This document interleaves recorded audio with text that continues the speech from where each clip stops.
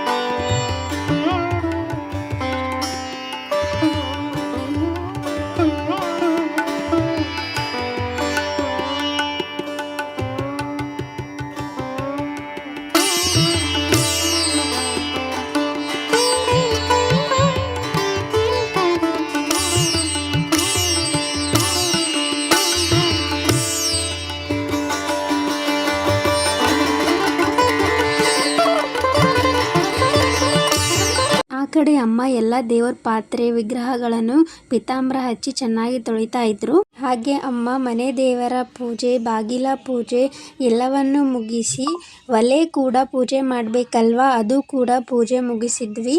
ಆಮೇಲೆ ಟೀ ಮಾಡಿ ಟೀ ಕುಡಿದು ತಿಂಡಿಗೋಸ್ಕರ ಅಂತ ಶಾವಿಗೆ ಉಪ್ಪಿಟ್ಟು ಮಾಡ್ತಾ ಇದ್ದೀನಿ. ಶಾವಿಗೆ ಉಪ್ಪಿಟ್ಟು, ಶಾವಿಗೆ ಒಗ್ಗರಣೆ ಏನಾದರೂ ಕರಿಬಹುದು. ಹಾಗೆ ಸಿಂಪಲ್ ಆಗಿರುತ್ತೆ. ಹಾಗೆ ನಾರ್ಮಲ್ ಆಗಿ ಉಪ್ಪಿಟ್ಟು ಮಾಡ್ತೀವಲ್ವಾ, ಅದೇ ಥರ ಶಾವಿಗೆ ಉಪ್ಪಿಟ್ಟಿಗೋಸ್ಕರ ನಾ ತೆಗೆದುಕೊಂಡ ಮೆಣಸಿನಕಾಯಿ, ಈರುಳ್ಳಿ, ಬೀನ್ಸ್, ಕ್ಯಾರೆಟ್ ಇದನ್ನು ಚೆನ್ನಾಗಿ ತೊಳೆದುಕೊಂಡು ಸಣ್ಣ ಸಣ್ಣದಾಗಿ ಕಟ್ ಮಾಡ್ಕೊತಾ ಇದ್ದೀನಿ.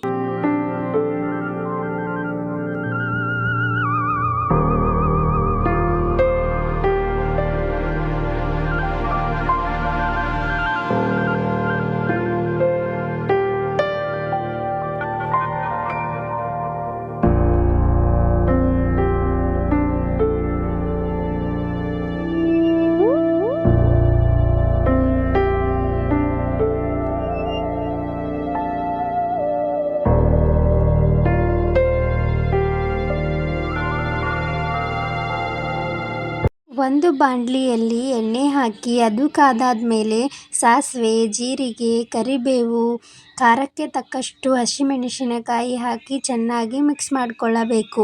ನಂತರ ಸಣ್ಣದಾಗಿ ಕಟ್ ಮಾಡಿರುವ ಈರುಳ್ಳಿ ಹಾಕಿ ಮಿಕ್ಸ್ ಮಾಡಿಕೊಳ್ಳಬೇಕು.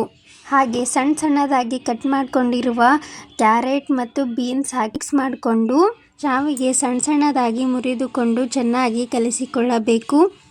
ಕಲಿಸ್ಕೊಂಡಾದ್ಮೇಲೆ 1 ಗ್ಲಾಸ್ ನೀರು ಕೂಡ ಹಾಕಿಕೊಳ್ಳಬೇಕು. ಹಾಕೊಂಡಾದ್ಮೇಲೆ ಸ್ವಲ್ಪ ಅರಿಶಿಣ, ಖಾರದ ಪುಡಿ, ರುಚಿಗೆ ತಕ್ಕಷ್ಟು ಉಪ್ಪನ್ನು ಕೂಡ ಸೇರಿಸಿ ಕಲಿಸಿಕೊಳ್ಳಬೇಕು.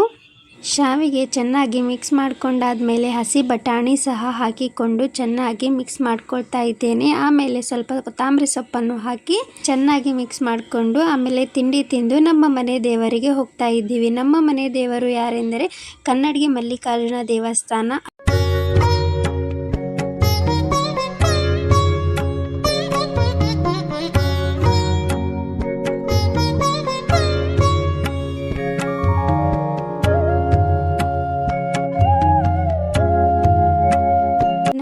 ದೇವರ ದರ್ಶನ ಮುಗಿಸಿಕೊಂಡು ಆಮೇಲೆ ಬರುವಾಗ ಸ್ನ್ಯಾಕ್ಸ್ ಕೂಡ ತಿಂದು ಮತ್ತೆ ಮನೆಗೆ ಹೊರಟ್ವಿ. Thank you for watching.